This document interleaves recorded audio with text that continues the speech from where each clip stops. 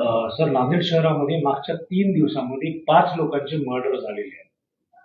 काय तुम्ही सांगाल एक पोलीस प्रमुख म्हणून की हे 5 मर्डर कशा पद्धतीने होतात? मागच्या जे काही दिवसामध्ये जे मर्डर झालेलं आहे 3 इन्सिडेंट वेगवेगळा आयसोलेटेड इन्सिडेंट आहे.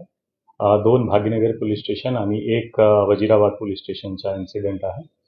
आणि त्यामध्ये जे इन्व्हॉल्ड एक्युज्ड किंवा विक्टिम आहे ते वेगवेगळ्या आणि वेगवेगळ्या कारणावरून मर्डर झालेला आहे, आयसोलेटेड आहे.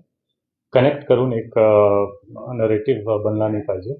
दुसरी गोष्टी आजच्या जे मर्डर आहे भाग्यनगर पोलीस स्टेशन हदमध्ये, ह्यामध्ये विक्टिमचं नाम सोनू कल्याणकर आहे.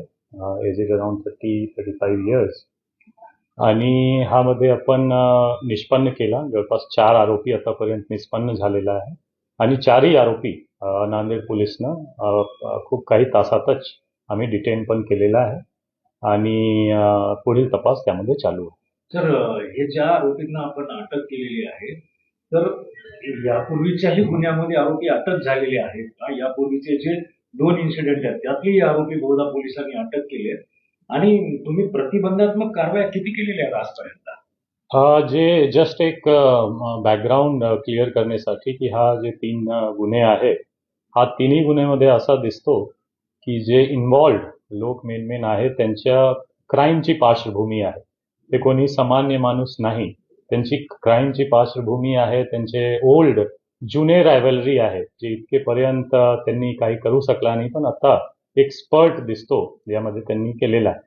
एकंदरीत मागच्या 2 वर्षमध्ये आम्ही जवळपास 45 MPDA ची कारवाई करून नांदेड जिल्ह्याचे जे 45 सराईत गुन्हेगार होता, जे की आम्ही प्रचलित कायद्याची प्रतिबंधक कारवाई केल्यानंतर सुद्धा सुधार झाला नव्हता, असा आम्ही MPDA मध्ये हर्सुल जेलमध्ये पाठवलेला आहे. त्यापैकी काही बाहेर पण आलेला आहे.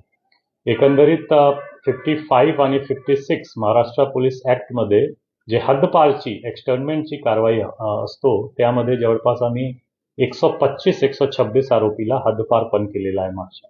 तो असा एक मोठा प्रमाणावर जे सराईत गुन्हेगार हॅबिच्युअल ऑफेंडर्स होता ते नांदेडमध्ये हद्दपार आहे किंवा MPDA मध्ये जेलमध्ये आहे. पण असा एकंदरीत थोडासा ऑब्झर्वेशन पण आहे की काही नवीन तरुण इंस्टाग्रामच्या असो किंवा सोशल मीडियाच्या असो नवीन तरुण हा काही जुने गँगमध्ये किंवा त्यामध्ये सामील होऊन असा क्राईम करण्याची प्रवृत्ती एक थोडफार दिसतो.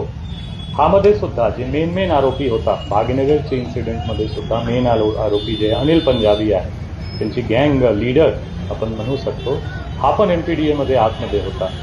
साई लाला उर्फ साई ग्रेवाल हा पण MPDA मध्ये आतमध्येच होता.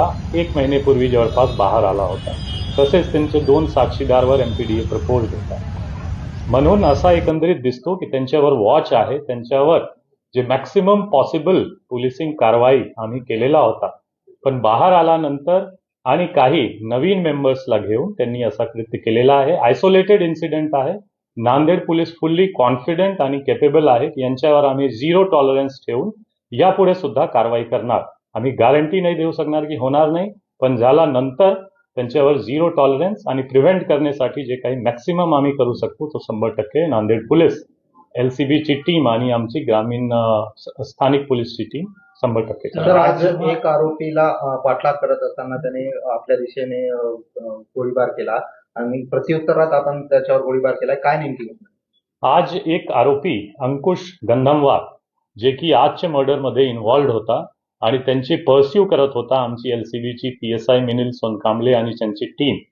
हा ग्रामीण पोलीस स्टेशन हदमध्ये झरी खदान जवळ जे एक कनाल आहे त्या रोडवर जात असताना त्यांची पाठलाग करत असताना ते शेताकडे पळाला आणि आमची टीमवर त्यांनी फायर करण्याचा प्रयत्न केला. एक फायर केला पण फायर झाली नाही, परत कॉक करून फायर करत होता सेल्फ डिफेन्समध्ये आणि त्यांची आजूबाजूचे पब्लिक आणि स्टाफचे डिफेन्समध्ये.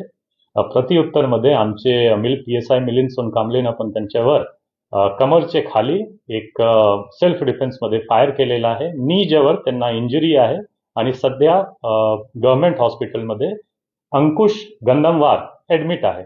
जस्ट एक ऍड करण्यासाठी की अंकुश गंधमवार एक ऑन रेकॉर्ड क्रिमिनल्स होता, त्यांच्यावर बॅग स्नॅचिंग जुगाड आणि असा गुन्हे दाखल आहे. तो पण ऑन रेकॉर्ड एक क्रिमिनल होता ज्यांच्यावर पोलिसनं काही तासातच त्यांना ॲप्रिहेंड करून त्यांच्यावर प्रत्युत्तरमध्ये सेल्फ डिफेन्समध्ये फायर पण केलेला आहे आणि सध्या हॉस्पिटलमध्ये आहे. आणि आजच्या इन्सिडेंटमध्ये 4 आरोपी जे इन्व्हॉल्ड होता डायरेक्टली, त्यांच्यावर सर्व आरोपी डिटेन्ड आहे आणि त्यांच्यावर आम्ही पुढील कायदेशीर कारवाई करत आहोत. हत्येचं कारण काय? घटना घडली हत्येचं कारण हत्येचं कारण जे तात्कालिक दिसतो की काही महिनेपूर्वी नवरात्राची महिनेमध्ये त्यांचे काही वाद झाला होता. काही वादविवाद, शिवीगाळ वगैरे झाली होती, किरकोळ वाद. आणि नंतर काही दिवसापूर्वी आता सुद्धा काही त्यांची बाचाबाची झाली होती, जी किरकोळ स्थानिक लेवलवर होता. आणि त्याच राग मनात धरून असा एक किरकोळ रिजनवर असा एक फायर झालेला आहे असं दिसतो. पण यांच्या मागे थोडंफार अजून आपण जाऊन चौकशी करणार की यांच्या मागे सुद्धा काही लार्जर कॉन्स्पिरसी आहे का, काही अजून पार्श्वभूमी आहे का. रिजन असा आहे की जे दोन्ही पार्टी इन्व्हॉल्ड आहे, सोनू कल्याणकर यांची पण क्रिमिनल पार्श्वभूमी आहे. त्यांच्यावर जवळपास 6 गुन्हे दाखल आहे, ज्यामध्ये की 307 अटेम्प्ट टू मर्डर, 353 म्हणजे पब्लिक ऑफिशियलवर अटॅक करणे, 188, 135 असा सर्व गुन्हे विक्टीमवर पण दाखल आहे. तसेच जे एक्युज्ड इन्व्हॉल्व होता जसा की अंकुश गंदलवार आणि दुसरे आरोपी यांची पण थोडंफार क्रिमिनल पार्श्वभूमी आहे. तर त्यांच्या पार्श्वभूमीमध्ये काय अजून लार्जर रिजन होऊ शकतो ते पुढील तपासमध्ये समोर येईल. ऑगस्ट 2021 मध्ये सोनू कल्याणकर वर फायरिंग झाली होती त्याच्या घरामध्ये आणि रिंदा गँगचा जो सदस्य आहे गोलू मंगनाळे त्याने ही फायरिंग करायला लावली होती. त्याचा काही संदर्भ आहे का आपण? त्याच मी सांगितलं की पार्श्वभूमी बघून दोन्ही पार्टीच्या पार्श्वभूमी बघून जे एक्युज्ड आणि डिसीज्ड आहे त्या आता तपासमध्ये समोर येईल की काही लार्जर कॉन्स्पिरसी आहे, मागच्या काही पार्श्वभूमी आहे का, कनेक्शन इंटरकनेक्शन आहे का, की अजून काही आरोपी ह्यामध्ये इन्व्हॉल्व होऊ शकतो. अप्रत्यक्ष जे प्रत्यक्ष होता आम्ही सर्व अटक केलेला आहे.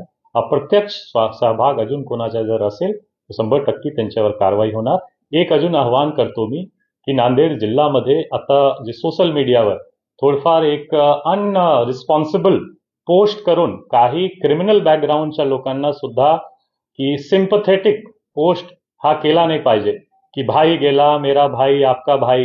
कोणी कोणाचा भाई नाही आहे. हा सर्व क्रिमिनल पार्श्वभूमीचे लोक आहे ज्यांच्यावर कारवाई कायदेशीर होत आहे. त्यांच्याकडून जर कोणी असा सिम्पथेटिक पोस्ट करणार किंवा त्यांच्या वाढ देण्याची किंवा असा कृत्याला सहभाग देण्याची किंवा पाठबळ देण्याची प्रयत्न करणार, त्यांच्यावर सुद्धा IT ऍक्ट आणि प्रचलित कायदा जे आहे त्यांच्या अंतर्गत आम्ही कारवाई करणार. आम्ही आवाहन करणार की 100% हा एक दुर्दैवी घटना आहे आणि इन्सिडेंट झालेला आहे, प्रॉब्लेम झालेला आहे मागच्या काही दिवसामध्ये. पण आम्ही त्यांच्यावर कारवाई करू आणि आम्ही मागे पण प्रतिबंधक कारवाई खूप केलेला आहे, कारवाई झालेली आहे. यानंतर सुद्धा कॉन्फिडेंटली आपण कारवाई करू.